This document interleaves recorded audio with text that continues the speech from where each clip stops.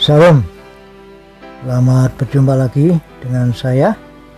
Dan saat ini kita akan mendengar tentang topik semua sudah jelas.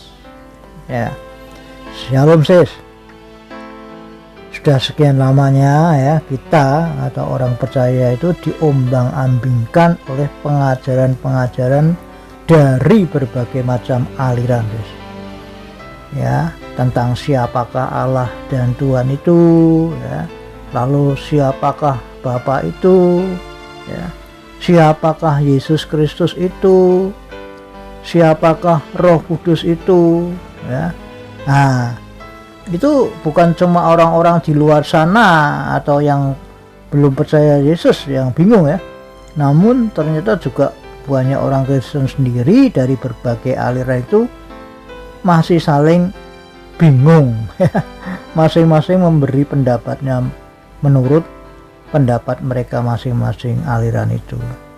Nah, walaupun demikian sudah sekian lama ya, belum ada satu kesepakatan yang mutlak untuk menyatukan pendapat-pendapat mereka tentang hal-hal di atas itu ya.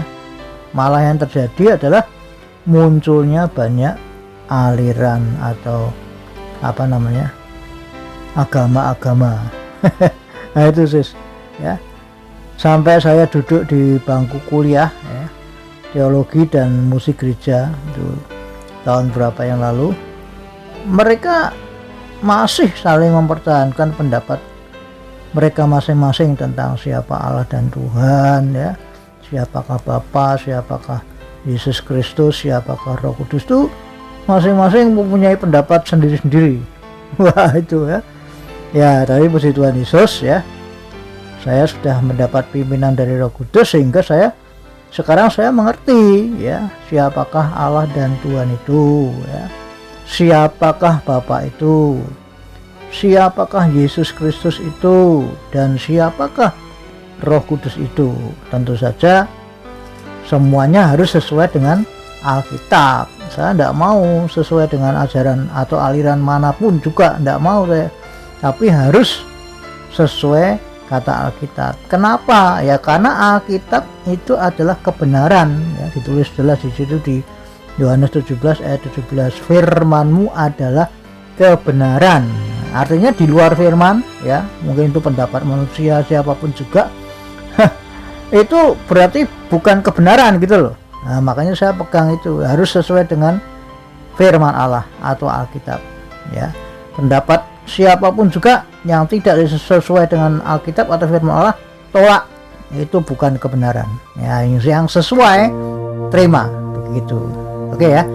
Lalu Christine berkata, wah puji syukur ya Pak ya, memang sudah lama Pak hal itu menjadi perdebatan yang sengit antara banyak orang Pak, dari orang yang belum percaya Yesus hingga orang Kristen sendiri dari berbagai aliran itu Pak. Saya jawab, iya sis, saya kan sudah tahu itu sudah lama ya. Nah makanya saya hanya percaya kepada kata firman Allah atau Alkitab saja. Ya itu kuncinya sis ya, itu kuncinya, ingat-ingat itu ya. Dan sudah saya posting ya, setelah saya membuat kebenaran tentang topik-topik di atas itu sudah saya posting di berbagai media sosial ya. Untuk apa ya? Supaya seluruh dunia tahu tentang siapakah Allah dan Tuhan itu ya, tentang siapakah Bapa itu ya kan, tentang siapakah Yesus Kristus itu, dan siapakah Roh Kudus itu, gitu sis. Semua sudah saya buat videonya sesuai Alkitab dengan jelas sekali ya. Lalu Christine berkata, oh iya Pak, puji Tuhan Yesus Pak. Jadi kesimpulannya tolong diulang dan diberi bukti firman-Nya Pak. Oke sis ya. Yang pertama, Allah itu adalah Bapa, namanya Yesus sis ya. Kemudian yang kedua, Tuhan itu adalah Yesus Kristus atau firman Bapa yang telah menjadi manusia ya, yang lahir di Bethlehem 2022 tahun yang lalu sebagai anak tunggal Allah atau anak tunggal Bapa. Nah, jadi Allah dan Tuhan itu namanya adalah Yesus dalam zaman perjanjian baru. Kalau dalam zaman perjanjian lama kan nama Allah atau nama Bapa kan adalah Yahweh, yang ditulis oleh Alkitab bahasa Indonesia adalah Tuhan. Nah, huruf besar semuanya. Nah, itu ternyata dalam perjanjian baru ternyata Yahweh itu adalah Yesus, ya begitu ya. Nah, ini buktinya ayatnya bahwa Allah itu adalah Bapa dan Tuhan itu adalah Yesus Kristus atau anak Bapa. 1 Korintus 8 ayat ke-6, demikian bunyi firman Allah, namun bagi kita hanya ada satu Allah saja, yaitu Bapa. Selesai ya kan, ini tidak usah ditafsir, cukup dibaca aja, sudah orang semua sudah paham ya kan. Nah, saya ulang ya, 1 Korintus 8 ayat ke-6, namun bagi kita hanya ada satu Allah saja, yaitu siapa? Bapa, yang daripadanya berasal segala sesuatu dan yang untuk dia kita hidup. Nah, dan satu Tuhan saja, siapa? Yaitu Yesus Kristus. Jelas sekali ya. Yang olehnya segala sesuatu telah dijadikan dan yang oleh karena dia kita hidup. Ya, karena kan Yesus Kristus itu kan adalah firman Allah yang menjadi manusia, makanya kan segala sesuatu dijadikan oleh firman Allah. Ya, maksudnya kan begitu ya. Nah, kemudian nih bukti ayat yang lain bahwa Allah itu adalah Bapa. Di mana itu? Ada di Yohanes 17 ayat yang ketiga. Demikian bunyi firman Allah, inilah hidup yang kekal itu, yaitu bahwa mereka mengenal Engkau satu-satunya Allah yang benar dan mengenal Yesus Kristus yang telah Engkau utus. Nah, jelas ya. Engkau di sini kan Bapa, satu-satunya Allah yang benar, dan Yesus Kristus itu adalah utusan Bapa. Ya, banyak jabatannya. Tuhan Yesus Kristus kan banyak sekali jabatannya ya. Selain dia Tuhan, dia juga Mesias atau Kristus, dia juga adalah utusan Bapa dan sebagainya ya. Itu sudah saya jabarkan di topik tentang siapakah Yesus Kristus itu. Nah, lalu ini bukti ayat yang lain bahwa anak Bapa itu adalah Tuhan dan Kristus atau Mesias atau yang diurapi ya, maksudnya ya.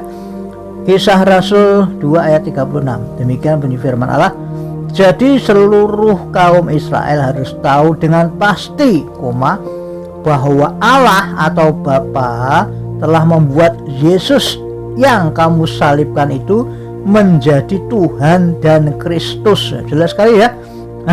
Artinya ini, kalau ada orang yang memfitnah bahwa yang menjadikan Yesus Tuhan itu adalah Konsili Nikea keberapa, itu pendusta, itu fitnah, pemfitnah itu. Artinya orang yang tidak pernah baca Alkitab, jadi nggak tahu kebenaran ini gitu loh.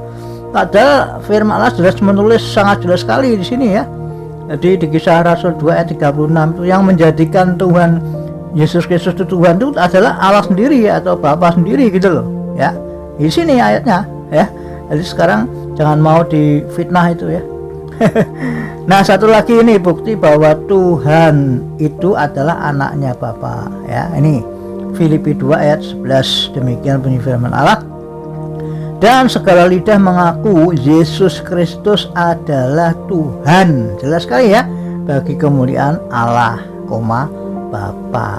Nah ya, jadi ini bukti satu lagi saya kasih ya, bahwa nama Bapa itu sama dengan nama anaknya. Ada di mana itu? Yohanes 17 ayat yang ke-11. Demikian bunyi firman Allah, dan aku tidak ada lagi di dalam dunia, tetapi mereka masih ada di dalam dunia, dan aku datang kepadamu. Ya Bapa yang kudus, peliharalah mereka dalam namamu, huruf besar, yaitu namamu yang telah engkau berikan kepadaku, supaya mereka menjadi satu sama seperti kita. Jelas kan? Nama Bapa diberikan kepada anaknya, siapa? Yesus. Oke, nanti kita lanjutkan pada bagian kedua. Tuhan Yesus memberkati.